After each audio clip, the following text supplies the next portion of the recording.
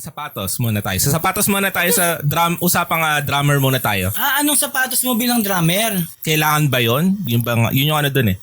Ako Kung dapat ba siya iniisip? oo, kung dapat siya iniisip. Oo. Kung babae din, lalo kung babae. Dapat iniisip siya. May napapanood nga ako, naka-heels. Diba? Tapos kaya naman. Di talagang nakatutok sa, nagda-drum cover, tapos naka-heels. Yung nakatutok sa katawan niya. Tapos Nakahil siya. oo. May ganun nga eh. Double pedal pa yun gamit niya. Sino yan? Di ba yun si ano? Foreign yun, foreign. Korean? Hindi, para puti. Puti. Meron ba? Korean? Oo. Sino? Familiar ka? Pangalan nun? Papakita ko sa'yo Anong pangalan ulit? Aeon. Aeon. Ito. Naka-heels ba Dati siya? kasi siyang member ng parang K-pop group sila, pero banda sila. Puro babae. Siya yung drummer. Tapos, Alam ko yan yung tutukoy mo Hindi, puti yun nakita ko eh. Tsaka Pero hindi ito ganyan kasi- yung ano niya, yung camera setup niya. Eto, alam mo to, lagi nakapaa. Pag Yun, oo. Yun nga issue nga siya. Kumbaga, dapat Bakit? iniisip siya kasi tulad yan, pag pumunta ka ba sa gig or pag Battle of the Bands, magpapaa ka ba o kailangan nakasapatos or anong sapatos ba dapat nasuot mo? Ako Kasi pag- iba talaga nag-uubad ng sapatos. Oo, ako din. Pag nagigig ako, tapos pag wala akong dalang pedal, tapos pangit yung pedal, yung parang hindi ko makapit yung sapatos ko sa pedal, tinatanggal ko talaga. So naka-medyas ka o nakapaa? Minsan naka-medyas, tapos minsan may mga gig na nakapaa din, tinatanggal ko yung medyas ko. Ganun. Pero most of the time, pagka kailangan ko ba rin sapatos ko, naka-medyas lang. Kasi kasi pag nagpapaa ako, okay naman. Ang problema ko lang kasi yung dumi ng pedal. Dumidikit sa paa. Siyempre, dikit sa paa, tapos susuot mo sa medyas mo. Di ba? Oo, kadiri nga. Yun yung ano ko doon. Alcohol tsaka ng issue. Kasi pag after, siyempre sa indie kami, edi after ng tugtugan, kagad ako kasi may mag-set up na yung susunod na banda eh. Kaya, Ano ka doon, sinusunod mo pa yan. tsaka mag-ano pa ako ng cymbal pa, yung stands, tatanggalin ko pa yun. Parang, kaya diretso suit na ako. Kaya kaya Sa pagiging drummer, dami mong isa-set up.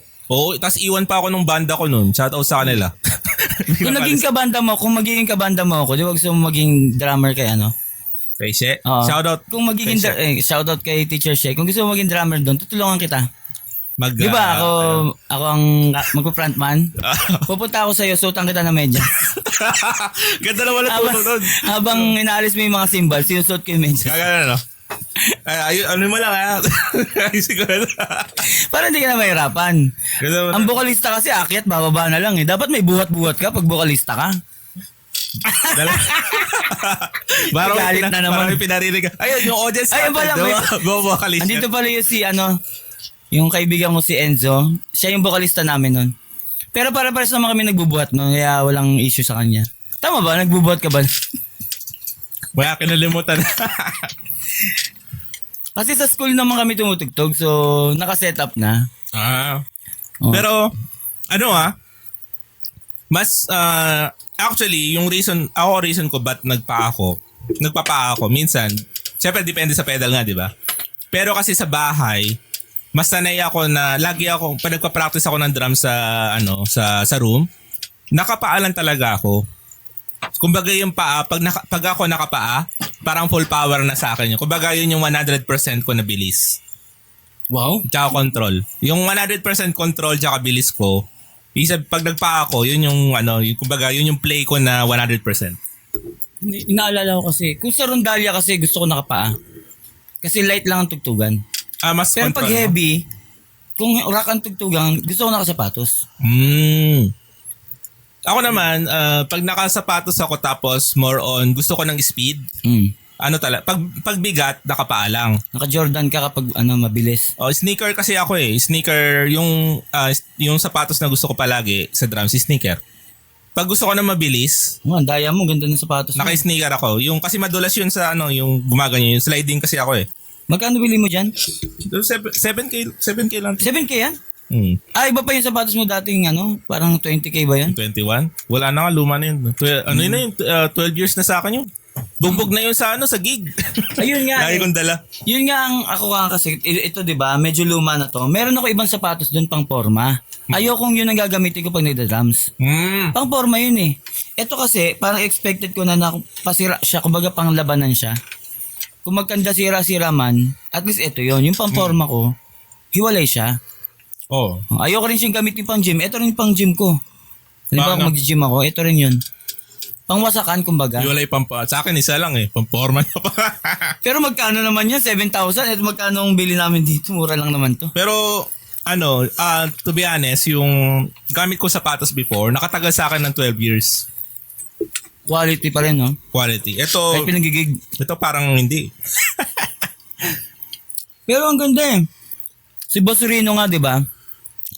Si Boss Rino nung pinanood yung nireview yung yung Scream the Name na music video. Nakita sapatos mo na ganda. Yung ganda na sapatos. Yun ang napansin na hindi yung drums. Okay. Pero hindi naman kasi drummer yung si Boss Rini. Eh. Sabagay, kaya makikita niya yung sapatos. Oo, iba yung talaga. makaka-relate siya. Ako kasi, mahilig ako sa high cut. Kasi mas control ko yung doon, yung ganun. Oo, kasi yung sa likuran ng dito. Oo. Mas may kapit siya. Ganun. Yun siya. Meron akong kilalang magaling na drummer si Jacob Miagaw. Parang nakapag-drums na siya na. Nakikita ko siya nakasuot ng pangsundalo. Kasi may banda sila sa sundalo eh. Sabi-sabi naka-combat siya nun. Oh. Hindi kaya yun sa pag-drums? Yung naka-combat. Pero ang galing niya eh. Tanongin mo kung nagkakalyo ba siya. Oo, kasi mahigpit ang combat eh, di ba? Ate, meron din naka-leather din na sapatos ako nakikita. Yung mga sa church, di ba?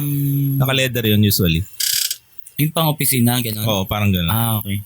Pero di ko pa na-experience. Pero parang magkakakalyo yun, no? Sa Rondalia nga pala, naka-leather kami. Siyempre naka-barong. Naka-slacks, naka-leather. Pag nagda-drums ako, ninubad ko yun. Tapos nakapaka lang. Oo, kasi maliban sa mas controlled ko yung dynamics na mahina, yung leather kasi feeling ko masisira siya pag ginagamit sa drums. Kaya nubad ko. Tago naman siguro eh. Tago naman. Kasi naman yun, no? Pag nasa audience, so lahat sila nakita nila, nakatingin sila sa paa.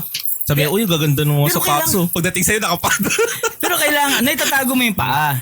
Yung itsura. Pero kailangan, nag-down ka. Kailangan mabango yung sapatos mo. Ay, yung medyas mo. Kasi yung itsura may tatago mo, yung amoy hindi. Kaya nga. Pag inamoy nila yung Rondalia, ba't amoy medyas yung Rondalia? Makikita yung drummer, nakahubad yung sapatos, no?